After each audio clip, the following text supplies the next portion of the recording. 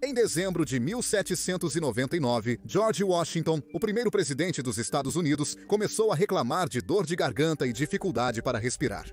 Como ex-presidente, ele teve muito fácil acesso a uma equipe de médicos que começou a diagnosticar e tratar sua condição por meio da drenagem de seu sangue. No total, os médicos que atenderam Washington acabaram drenando 2,5 litros de seu sangue antes que ele falecesse menos de 2 dias após reclamar inicialmente de dor de garganta. Especialistas médicos têm discutido sobre a doença real que causou as dificuldades respiratórias de Washington, mas todos os médicos hoje concordam universalmente que remover tanto sangue de alguém não ajudou a situação e possivelmente acabou matando-o no processo de tratamento de uma doença da qual ele poderia muito bem ter se recuperado naturalmente. Nossa compreensão do corpo humano, das doenças, das melhores práticas médicas e dos tratamentos evoluiu muito nos últimos 200 anos, e isso nos ajudou a desfrutar de vidas mais longas em média, a reduzir significativamente a mortalidade infantil e a aumentar o padrão de vida de pessoas que sofrem de problemas de saúde. A economia, assim como a medicina, é um campo de estudo em constante evolução, que também tem impactos reais na maneira como vivemos nossas vidas. As ciências tradicionais tendem a receber toda a glória quando falamos sobre o aumento dos padrões de vida que desfrutamos na história recente, e é fácil entender por quê. Cada vez que você faz uma ligação, faz compras em um supermercado bem abastecido ou, não morre de uma infecção comum, você tem avanços na física, na medicina, na química e uma longa lista de outros esforços científicos para agradecer. Mas muitos desses avanços foram acomodados e acelerados por uma compreensão crescente do que é uma economia e como administrá-la de forma eficaz.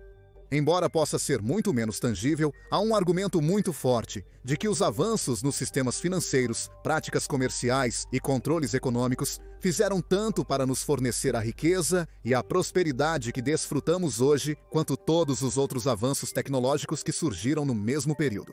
Olhando para o futuro, poderia significar que, teoricamente, novos avanços no conhecimento econômico poderiam acomodar um mundo onde todos nós viveríamos como os bilionários vivem hoje.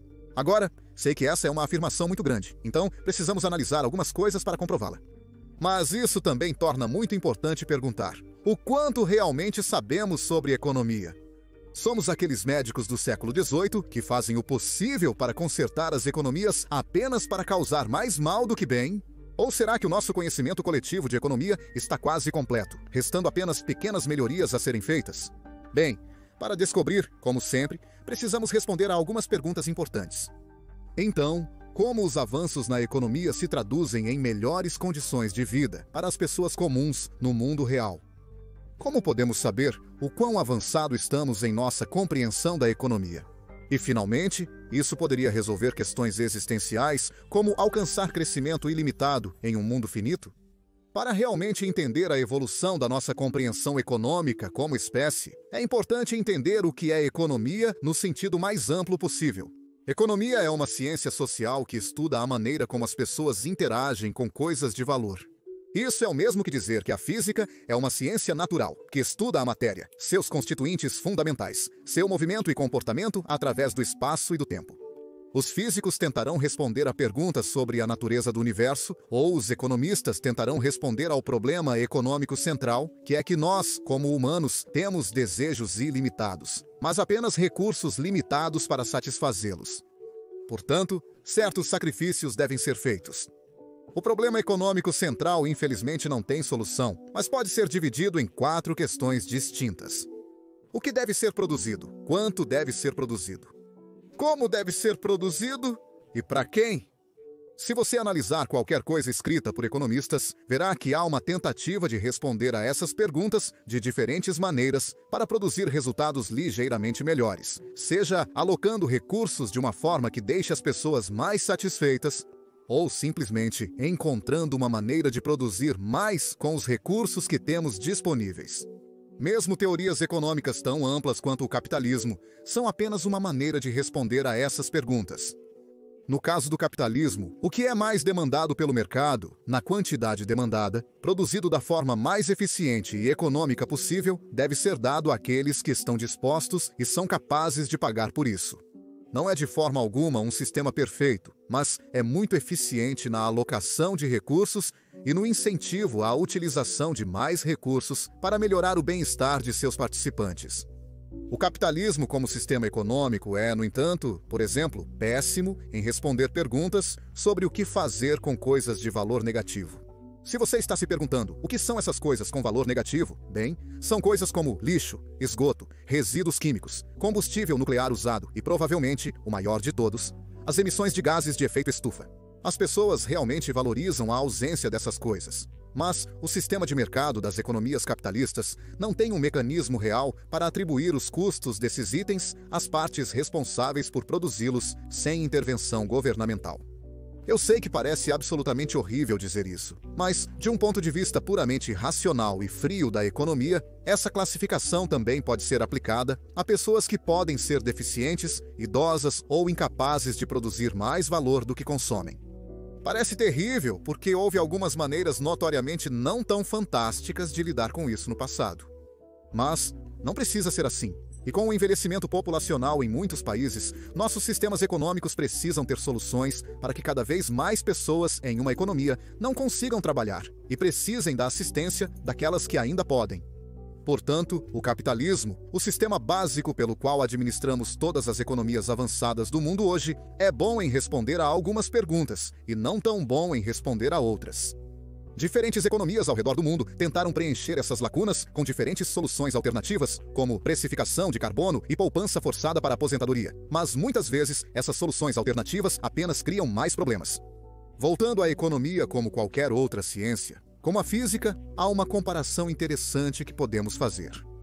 O geocentrismo, como na teoria de que o mundo era o centro do universo e tudo, incluindo o Sol, girava em torno dele, respondia à maioria das perguntas que as pessoas tinham sobre o que acontecia no céu. Ele era útil para navegação, acompanhamento das estações do ano e tudo mais que as pessoas naquela época precisavam para monitorar o céu.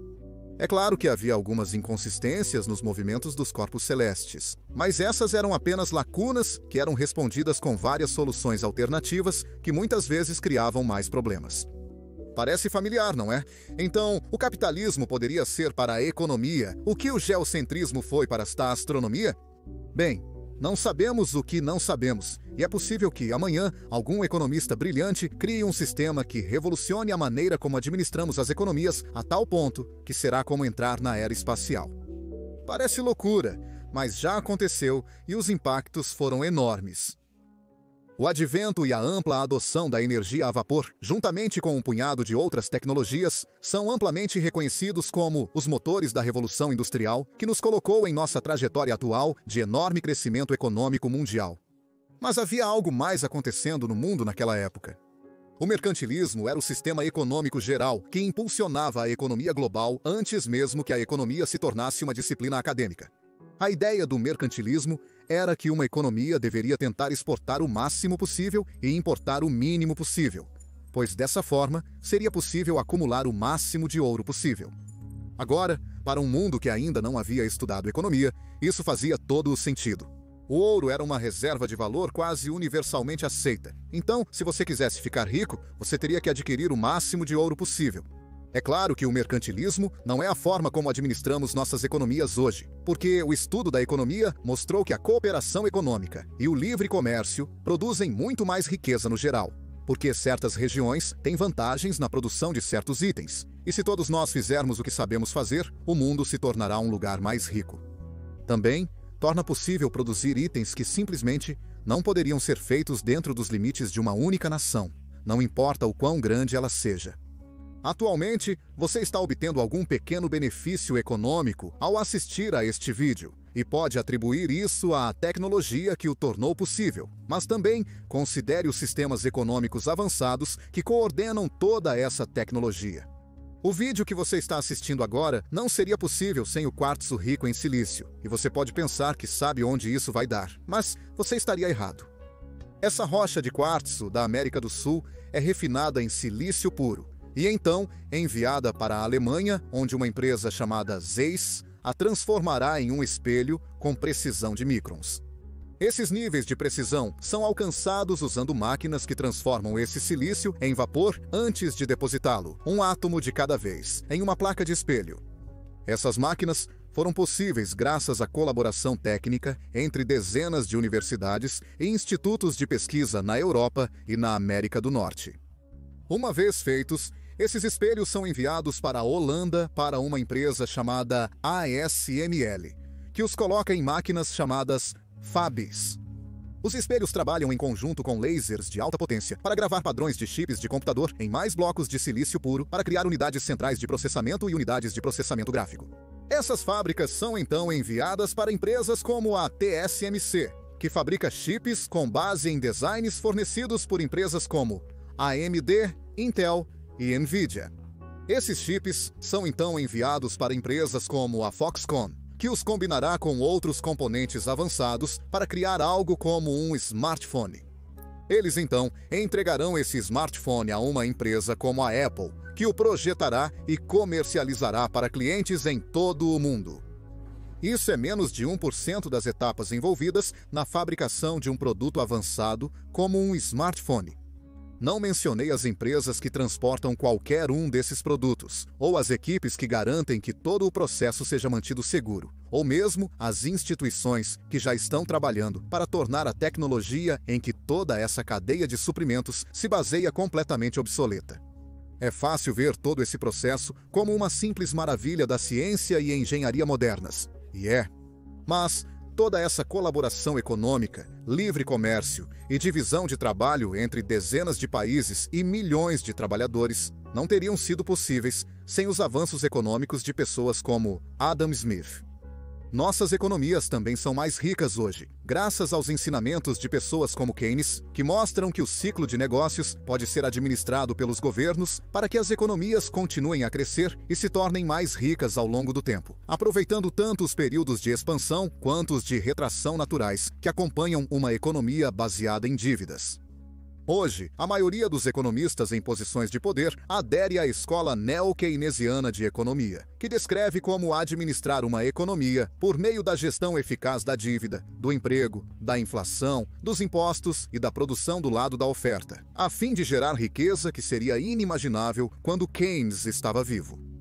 É fácil pensar que a economia foi resolvida e que nunca mais vivenciaremos outro boom de riqueza como o que tivemos quando fizemos a transição do mercantilismo ou abraçamos o ciclo econômico. Mas é claro que não sabemos o que não sabemos. Então, provavelmente, é mais produtivo perguntar: quais são os limites da economia? Economia não é mágica. Ela não pode criar riqueza onde ela não existe. Tudo o que ela pode fazer é orientar as pessoas sobre qual a alocação mais eficiente de recursos para atingir o resultado desejado. Espera-se que esse resultado seja a prosperidade equitativa de todos os participantes dessa economia. Mas mesmo que não seja, você ainda pode usar um bom entendimento de economia para levar uma sociedade aonde você deseja que ela esteja. A segunda limitação da economia é que ela não pode ser usada para prever o futuro. O próprio John Maynard Keynes, depois de ajudar a desenvolver nossa compreensão moderna dos ciclos econômicos, tentou aumentar sua fortuna investindo com base nos altos e baixos previsíveis da economia ao longo do tempo. Não funcionou! Economistas são frequentemente elogiados ou envergonhados por fazerem previsões sobre o futuro que acabam se concretizando ou não. A culpa é definitivamente deles por tentarem fazer previsões, mas é claro que ninguém pode prever o futuro, muito menos os economistas. Se um médico dissesse que o futuro de alguém era saudável e não havia nada com que se preocupar, e depois essa pessoa desenvolvesse uma doença terrível, ninguém menosprezaria esse médico, porque não é seu trabalho prever a saúde futura de alguém. Da mesma forma, os economistas podem analisar as métricas que têm disponíveis e dizer que não há motivo para alarme, apenas para que algo aconteça e prove que estão errados. Os economistas não devem prever o futuro. Em vez disso, devem fazer recomendações sobre o presente para incentivar o crescimento econômico e reduzir resultados ruins ou torná-los menos prováveis no futuro. A próxima limitação da economia é que é um assunto muito difícil de aprender. Agora, não quero dizer que seja difícil para um estudante de graduação aprender o que é uma curva de indiferença. Admito com prazer que há muitas disciplinas por aí que são muito mais difíceis do que economia. O que quero dizer é que é incrivelmente difícil estudar novas teorias econômicas porque não é possível criar uma economia em um laboratório, e as economias nacionais não vão mudar sua forma de operação apenas para testar uma teoria que poderia torná-las melhores no geral. Porque, se essa teoria não funcionar, elas terão potencialmente piorado a vida de milhões de pessoas. Essa dificuldade em estudar e verificar teorias econômicas pode parecer realmente desanimadora, porque significa que o progresso é lento. Mas talvez o progresso lento signifique que nos beneficiaremos dos avanços econômicos por gerações futuras. Provavelmente existe um sistema econômico que funciona para incentivar a inovação, motivar os trabalhadores e recompensar a alocação inteligente de capital, ao mesmo tempo que desencoraja ativamente as externalidades negativas que são tão abundantes nas economias de mercado atuais. Como isso seria? Não sei. Se eu pudesse demonstrar definitivamente uma maneira de administrar nossas economias de forma diferente, que resultasse em maiores níveis de geração de riqueza para o mundo, estaria recebendo meu prêmio Nobel agora mesmo. Mas a boa notícia é que provavelmente sabemos muito pouco sobre economia, e no mínimo, toda a loucura que existe no mundo agora é uma oportunidade única de aprender para que estejamos melhor preparados para a próxima vez. Obrigado por assistir, amigo! Tchau!